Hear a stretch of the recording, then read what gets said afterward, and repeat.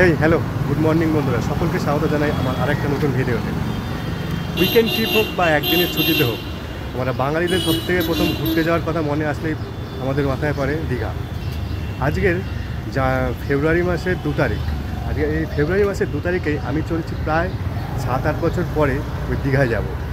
আর এই দীঘায় যাওয়ার জন্য আমাদের হাওড়া থেকে দুটো ট্রেন আছে, একটা সকালে তাম্রলিপ্ত এক্সপ্রেস আর একটা দুপুরে আছে কান্ডারি এক্সপ্রেস। এছাড়া যারা ট্রেনে টিকিট পাবে না, সব থেকে এখন জনপ্রিয় যেটা মানে আমাদের ধর্মতলা থেকে নানান ধরনের বাস পেয়ে যাবে, এই বাসগুলোতেও তোমরা যেতে পারো। আর আজকে আমি যে ট্রেনে করে যাচ্ছি সেটি হচ্ছে কিনা সকালবেলার ট্রেন তাম্রলিপ্ত এক্সপ্রেস। এখন ঘড়িতে সময় ওই প্রায় 5:50, আর তাম্রলিপ্ত এক্সপ্রেস ছাড়ে হাওড়া থেকে ওই 6:45-এর দিকে। তাহলে চলো, আমি এখন হাওড়া স্টেশনে চলে এসেছি, এখনও সূর্যের আলো ফোটেনি, এখনও ভোর আছে। চলো স্টেশনের দিকে যাওয়া যাক, দিয়ে তোমাদের সঙ্গে সমস্ত ডিটেলস শেয়ার করছি। সময় সকাল 6:05, ঢুকে গেছি হাওড়া স্টেশনের ভেতরে। আর আমাদের এই তাম্রলিপ্ত এক্সপ্রেস দিয়ে দিয়েছে হাওড়া স্টেশনের 19 নম্বর প্ল্যাটফর্মে। আর আমার সামনেই এখন তোমরা দেখতে পাচ্ছ এই তাম্রলিপ্ত এক্সপ্রেস দাঁড়িয়ে আছে।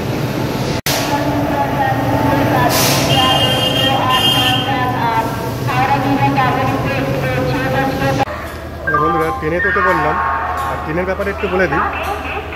এই ট্রেনটি প্রতিদিন সকালে 6:35-এ হাওড়া স্টেশন থেকে বেরিয়ে যায়, আর হচ্ছে এখানে সকাল 10:25-এর মতন দীঘার মধ্যে পৌঁছে যায়। এই ট্রেনটি সপ্তাহে প্রতিদিনই চলে, আর এই ট্রেনটি তার যাত্রাপথে 185 কিলোমিটার পথ অতিক্রম করে, আর হচ্ছে এখানে 6টা স্টেশনে দাঁড়ায়, তারপরে আমাদের পৌঁছে দেয় দীঘা। সকাল 10:45 আমাদের ট্রেন রাইট টাইমে হাওড়া স্টেশনের 19 নম্বর প্ল্যাটফর্ম থেকে ছেড়ে বেরিয়ে গেল। চলো এই ট্রেনের ভাড়ার ব্যাপারে তোমাদের একটু বলে দিই। এই ট্রেনের সেকেন্ড সিটিংয়ের ভাড়া ওই 105 টাকা, আর এসি চেয়ার কারের ভাড়া ওই 380 টাকা।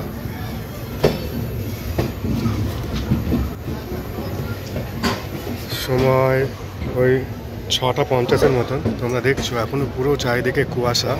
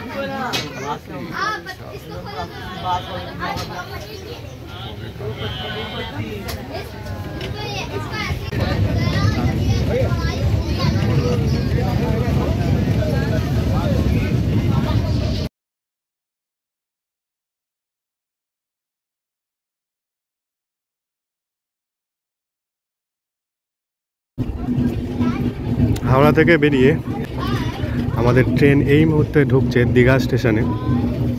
ট্রেন মোটামুটি যখন ছেড়েছিল তখন একটু লেটে ছিল, কারণ তখন পুরো রাস্তা কুয়াশায় ভরা ছিল।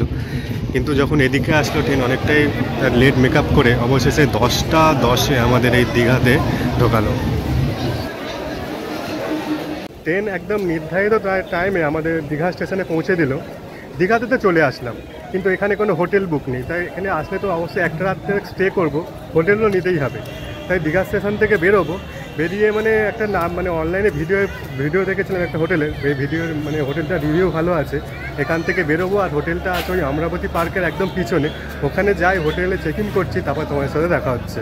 এই হচ্ছে দীঘা স্টেশনের একদম বাইরের ভিউ। দেখছো আজকে মানে কত লোক এসেছে এই ঠান্ডার মধ্যেও দীঘাতে ঘুরতে। এটা হোটেল বাইরে, আর প্রচুর লোক বেরোচ্ছে। আর এখান থেকে মানে তোমরা যারা হোটেল না বুক করে আসবে, এখানেও প্রচুর টোটো অটো পেয়ে যাবে। মানে তোমরা এখান থেকেও মানে ওদের সাথে গিয়ে হোটেলে থাকতে পারো, একটু বার্গেনিং করে নিও। বন্ধুরা, স্টেশন থেকে হাঁটা পথে ওই প্রায় 10 মিনিট হাঁটা পথে একটা মানে হোটেল নিলাম। হোটেলের নাম হচ্ছে হোটেল আরুষ। এখান থেকে রেলওয়ে স্টেশন যেমন হাঁটা পথে 8 মিনিট, সি বিচ পড়বে 7 মিনিটের মতন।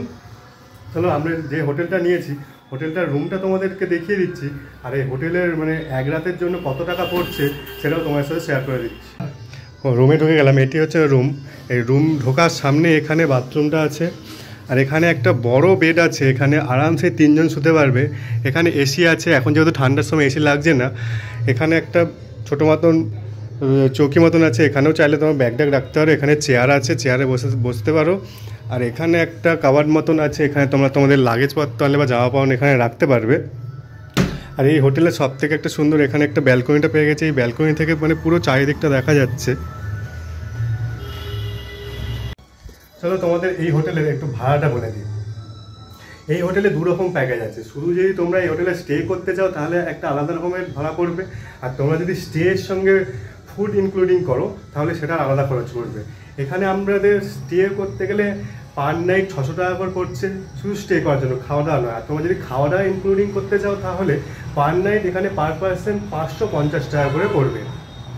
এই হলো এই হোটেলের বিবরণ। তোমরা চাইলে এই হোটেলে আসতে পারো। হোটেলটা খুবই সুন্দর আর হচ্ছে সি বিচ থেকে একদম কাছে। রাইট নাও সময় এখন প্রায় ওই 10:55 বাজে। আর বেশি লেট করব না, যেহেতু আমার এবারে এই দীঘার ট্যুরটা একদিনের প্ল্যান, তাই এখন বেরিয়ে পড়বো সমুদ্রে স্নান করতে এবং দুপুরে খাওয়া দাওয়া করবো। আর বিকেলে যে সমস্ত সাইট সিনগুলো করবো সমস্ত দিয়ে তোমাদের সঙ্গে শেয়ার করবো। তোমরা ভিডিওটা শেষ পর্যন্ত দেখতে থাকো। ঢুকে একটু ফ্রেশ হয়ে বেরিয়ে গেলাম। এখন এই রাস্তা দিয়ে সোজা হেঁটে যাব, একটু সমুদ্রের দিকে যাব একটু স্নান করার জন্য। এখন এই ফেব্রুয়ারি মাসে ঠান্ডাটা তো একদমই কম, ঠান্ডা লাগছে না বললেই চলে। সমুদ্রে যাওয়ার পথে একটা সুন্দর ফলের দোকান পেয়ে গেলাম। এখান থেকে একটু হালকা করে ফল টল খেয়ে নেবো, কারণ ট্রেন থেকে নেমে একদমই কিছু খাওয়া হয়নি। ডাইরেক্ট হোটেলে ঢুকে ওখান থেকে বেরিয়ে গেছিলাম। এখান থেকে একটু মিক্স ফুড খেয়ে নিলাম। দেখো খুব সুন্দরভাবে সাজিয়ে দিয়েছে।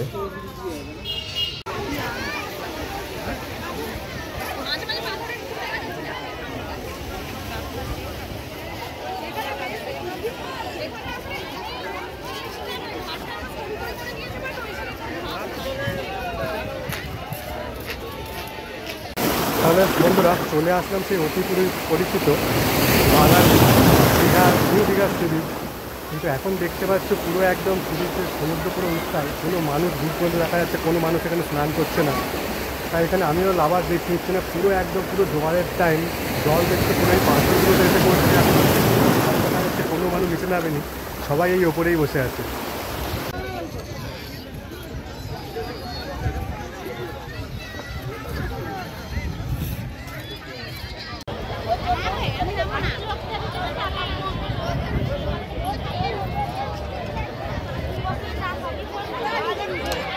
বন্ধুরা তোমরা দেখলে এখন সমুদ্র মানে এতই উত্তাল, জোয়ারের টাইম, স্নান করতে গেছিলাম কিন্তু স্নান করা হলো না।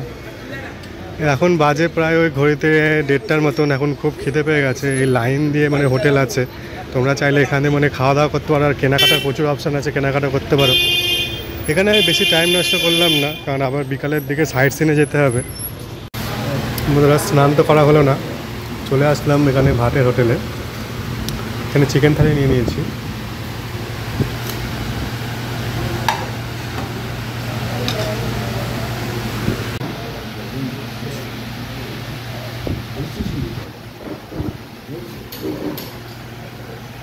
ওই 3টে বাজতে চললো। আর আমরা যে হোটেলটা আছে আমার সামনে দেখতে পাচ্ছ, হোটেল আরুষ।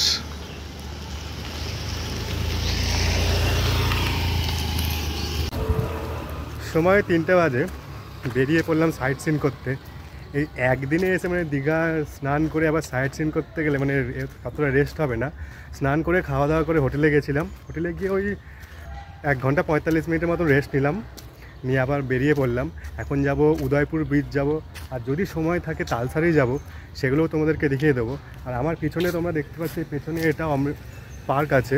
এই পার্ক থেকে ওই যে সোজা রাস্তাটা চলে যাচ্ছে, ওদিকে গেলে আমরা যে হোটেলে উঠেছি, হোটেল আরুষ। আর এই পার্কটা যেটা আছে, পার্কে টিকিট কাটতে হবে, টিকিট কেটে ভেতরে ঢুকতে হবে। এটা হচ্ছে না অমরাবতী পার্ক। নিউ দীঘা থেকে বেরিয়ে ওই 5.5 কিলোমিটার পথ ওই টোটোতে চড়ে আমরা পৌঁছে গেলাম, দেখতে পাচ্ছ তালসারিতে। আর পেছনে দেখতে পাচ্ছ ওই যে ওখানটাতে মানে টোটো এসে নেওয়া হলো, ওইখানটাতে নামিয়ে ওখানটায় নিচ দিয়ে তোমাকে দেখাচ্ছি কাছে গিয়ে। ওইভাবে নিচ দিয়ে সুবর্ণরেখা নদী চলে যাচ্ছে, ওখানটা জল আছে, তাই জন্য জুতো খুলে আসলাম। ওখানটা জল আছে, ওটা পেরিয়ে এদিকে চলে আসলাম।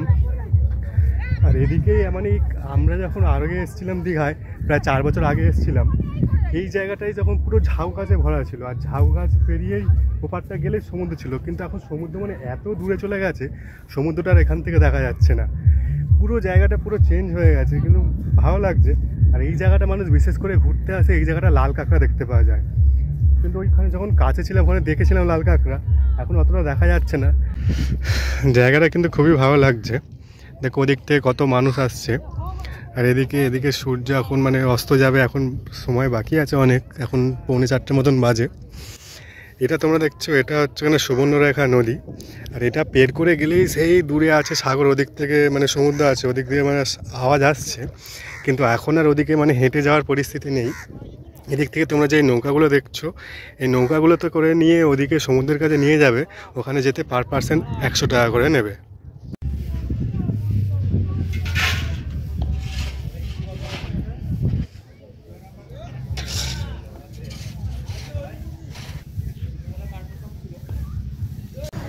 তাহলে বন্ধুরা, তালসারি থেকে এখন চলে আসলাম উদয়পুর, যেটা আমাদের মিনি গোয়া নামে পরিচিত।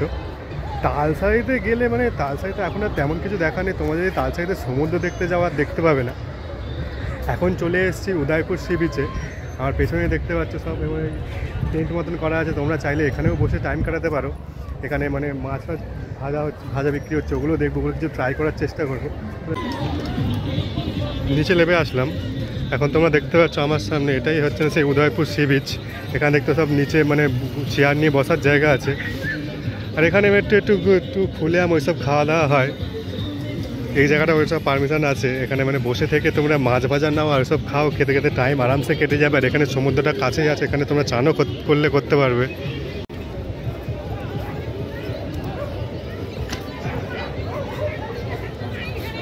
উদয়পুর বিচ ঘোরা খুব কমপ্লিট হয়ে গেল।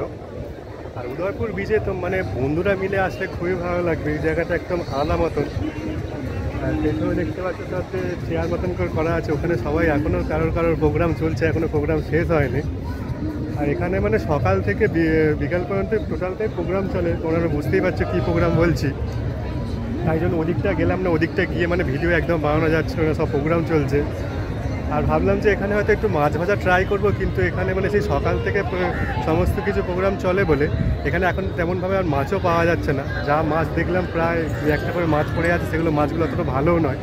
এখন আবার ফিরবো হচ্ছে গিয়ে না নিউ দীঘায়, ওখানে গিয়ে মাছ ট্রাই করবো। আর ওখানে যে ঢেউ সাগরটা উদ্বোধন হয়েছে নতুন, ওখানে ঢুকে সমস্ত কিছু দেখবো। চলো তাহলে আবার টোটোর দিকে যাওয়া যাক। আর টোটো যে আমাদের এই উদয়পুর আর তালসারি এই দুটো জায়গায় ঘোরালো, দুটো জায়গাতে মোট নিচ্ছে 350 টাকা। আর এখানে যে টোটো করে আছে তার এন্ট্রি ফি আছে 20 টাকা করে, ওগুলোকে আলাদা দিতে হবে।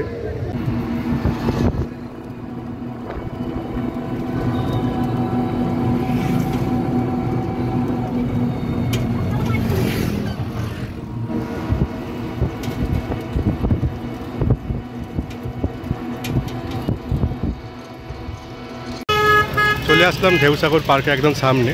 আর পার্কের সামনে টিকিট কাউন্টার আছে, এখানে পার পার্সন 20 টাকা করে দিয়ে ঢুকতে হবে। এখানে টিকিট কাউন্টার, আর এটাই এন্ট্রি করার গেট।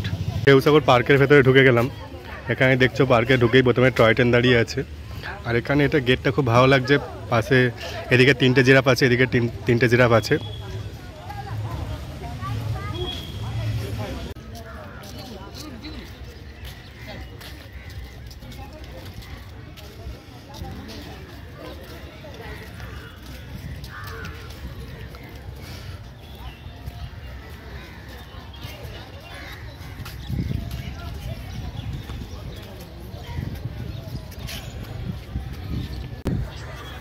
ঢুকে গেলাম ঢেউসাগর পার্কের ভেতরে। পার্কটা তোমরা দেখতে পাচ্ছ চারিদিক দিয়ে একদম পুরো ঝাউবনের মধ্যে এখানে পার্কটা তৈরি করেছে, খুবই ভালো লাগছে। আর এই পার্কে ঢোকার জন্য পার পার্সন 20 টাকা করে এন্ট্রি ফি আছে। আর পেছনে দেখতে পাচ্ছি একটা ময়ূর মতন, মানে ময়ূরের জাহাজ মতন লাগছে, ওটা খুব সুন্দর লাগছে। আর এই পার্কটা হচ্ছে আর পুরো চারিদিকে যখন লাইট জ্বলবে দেখতে আরও সুন্দর লাগবে। তোরা সময় ওই 5টা 6 বাজে, একদম ঢেউসাগর পার্কের লাস্টের দিকে চলে আসলাম। ঢেউসাগর পার্কের লাস্টের দিকে চলে আসলে তোমরা এখান থেকে সমুদ্রটা পুরো পরিষ্কার দেখা যাচ্ছে। এখনও তোমরা ওই দূরে দেখছো কত মানুষ ওখানে স্নান করছে। আর এই ঢেউ সাগরের একটা মূল আকর্ষণ হচ্ছে না, এই তো আমার সামনেই দেখতে পাচ্ছ, এটা হচ্ছে না বিগ জায়ান্ট সুইং। এটা নতুন চালু হয়েছে। এটা মানে সন্ধে 5:30টার পরেই এই জায়ান্ট সুইংটা চালু হয়। এখানে পার পার্সন এন্ট্রি ফি আছে 100 টাকা করে। 5:23 পার্কের ভেতর অনেক সময় কাটিয়ে ফেললাম, এখন সন্ধ্যা হয়ে গেছে, চারিদিকে আলো জ্বলে গেছে। তোমাদের একবার ঘুরিয়ে দেখিয়ে দিই। এদিকেও আলো জ্বলে গেছে, কত সুন্দর লাগছে এই পার্কটা। বিশেষ করে মানে বাচ্চাদের আসলে তো খুবই ভালো লাগবে। চারিদিকে বাচ্চাদের ছোটোখাটো প্রচুর অ্যাক্টিভিটি আছে।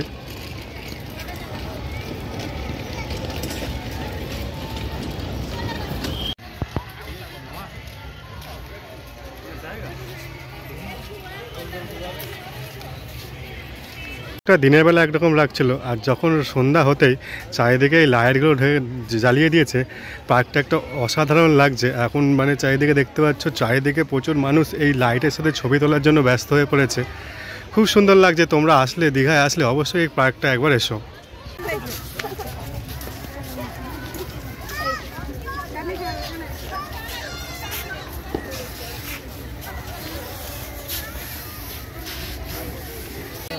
পিস 100, পিস 100, আর স্টিক 100, এটা 4 পিস 100, ওটা প্লেট 100, বড় বল। ঘুরতে ঘুরতে চলে আসলাম নিউ দীঘা সি বিচে। দীঘায় আসছি, মাছ ভাজা ট্রাই না করলে দীঘা ঘোরাটা অসম্পূর্ণ থেকে যায়। আর এই নিউ দীঘা সি বিচে প্রচুর মাছের তোমরা অপশান পেয়ে যাবে। আমি এখান থেকে নিয়ে নিলাম একটা ভোলা মাছ আর চিংড়ি মাছ। গুড মর্নিং বন্ধুরা, সকাল এখন ওই 7:30টার মতন বাজে। খুব ঘুমিয়ে পড়েছিলাম। কালকে সন্ধ্যাবেলা ওই বিচ থেকে মাছ ভাজা আর ডিনার করে ঘরে এসে আস্তে আস্তে প্রায় ওই 9:30 থেকে 10টা হয়েছিল। তাই তোমাদের সাথে আর কথা বলা হয়নি। আর প্রচুর টায়ার্ড ছিলাম, কালকে সারাদিন প্রচুর ঘুরেছিলাম, তাই শুয়ে পড়েছিলাম। আজকে সকালে উঠলাম, আরামসে উঠলাম, কোনো অসুবিধা নেই। এখন যাব মোহনায়। আর মোহনায় তো যাব আবার, আজকেই আমার মানে কলকাতা ফেরার জন্য ট্রেন আছে। বেরিয়ে পড়লাম মোহনা যাওয়ার উদ্দেশ্যে। আর দেখা হয়ে গেল দীঘায় নবনির্মিত জগন্নাথ মন্দির। এই জগন্নাথ মন্দিরটি দীঘা স্টেশনের একদম কাছেই অবস্থিত।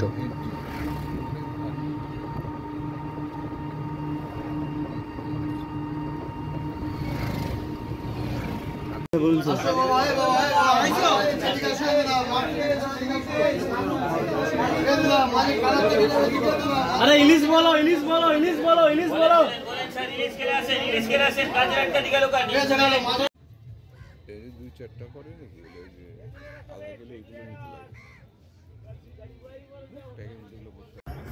বন্ধুরা, ওই দীঘা থেকে বেরিয়ে ওই মোটামুটি মোহনাতে আসতে আমাদের সময় লাগলো ওই প্রায় 15 থেকে 20 মিনিটের মতন।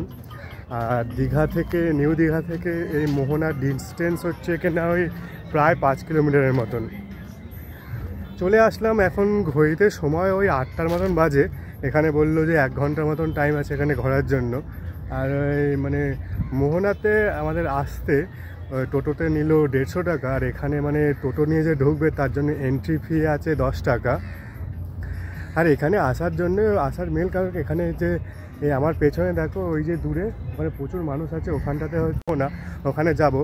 আর এখানে হচ্ছে কিনা মাছের আড়ত আছে, মানে বিভিন্ন রকমের মাছ তোমরা চাইলে বাড়ির জন্য পার্সেল করে নিয়ে যেতে পারো। এখানে মানে একদম তোমাদের গুছিয়ে পার্সেল করে দেবে, কোনো অসুবিধা হবে না ঘরে নিয়ে যেতে। এছাড়া তারা শুটকি মাছ নিয়ে যেতে চাও, এখানে আড়তে বিক্রি হচ্ছে, বিভিন্ন ধরনের শুটকি মাছ পাওয়া যাচ্ছে। আর এখানে ইলিশ মাছগুলো দেখলাম বেশ বিশাল সাইজ আছে, পম্পলেট মাছ আছে, মানে সব রকম সামুদ্রিক মাছ আছে।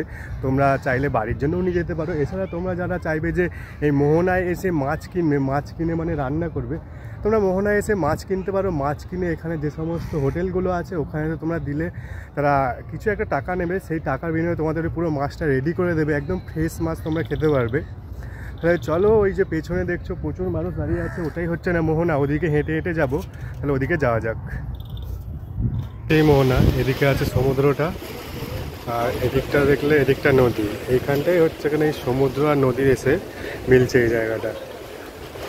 আর এই যে রাস্তা দেখছো, এই রাস্তা দিয়ে সবাই আসছে, এসে এখানে মানে প্রচুর ছবি তোলার ভিড় হচ্ছে। এখানে প্রচুর মানুষ আসে, বিশেষ করে এই সকালবেলাটা এখানটা প্রচুর মানুষ আসে।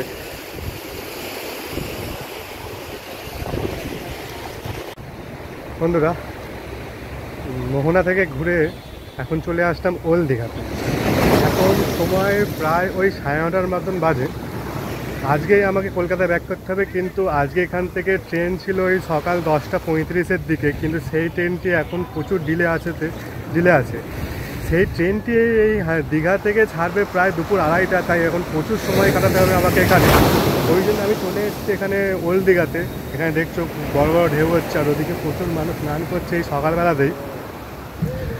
কিন্তু আমাকে এখন এখানে প্রচুর টাইম বসে বসে কাটাতে হবে। আর এই ভিডিওটা মানে আর কিছু দেখার নেই, এই ভিডিওটা আমি এখানেই শেষ করছি। ভিডিওটা যদি ভালো লেগে থাকে অবশ্যই একটা করে লাইক করে দিও। আর তোমরা যারা ফেব্রুয়ারি মাসে দীঘায় আসতে চাইছো চলে আসো। এখানে মানে এখন অতটা ক্রেজ নেই, আর একটু ঠান্ডা ঠান্ডাও আছে, যেহেতু এখন কুম্ভ মেলা হচ্ছে, সব কুম্ভ মেলার দিকে ক্রেজ বেশি। এখানে চলে আসলে এখন মানে তোমরা ঠান্ডার মধ্যে ভালোভাবে আরামসে ঘুরতে পারবে, সমস্ত সাইট সিনিং করতে পারবে। তাহলে এই ভিডিওর মাধ্যমে আমি মানে 1 রাতে 2 দিনে দীঘা যে সমস্ত জায়গাগুলো কভার করলাম সমস্ত কিছু তোমাদের সঙ্গে শেয়ার করলাম। তাহলে ভিডিওটা ভালো লেগে থাকলে অবশ্যই একটা করে লাইক করে দিও, আর কেমন লেগেছে আমাকে কমেন্ট করে জানিও। আর আমার চ্যানেলে যারা নতুন অবশ্যই আমার চ্যানেলটিকে সাবস্ক্রাইব করে আমার পাশে থেকো। ততদিন সবাই ভালো থেকো, সুস্থ থেকো। আবার দেখা হবে কোনো একদিন কোনো একটা নতুন জায়গায় কোনো একটি নতুন ভিডিওর সাথে। ততদিন ধরে টাটা, বাই।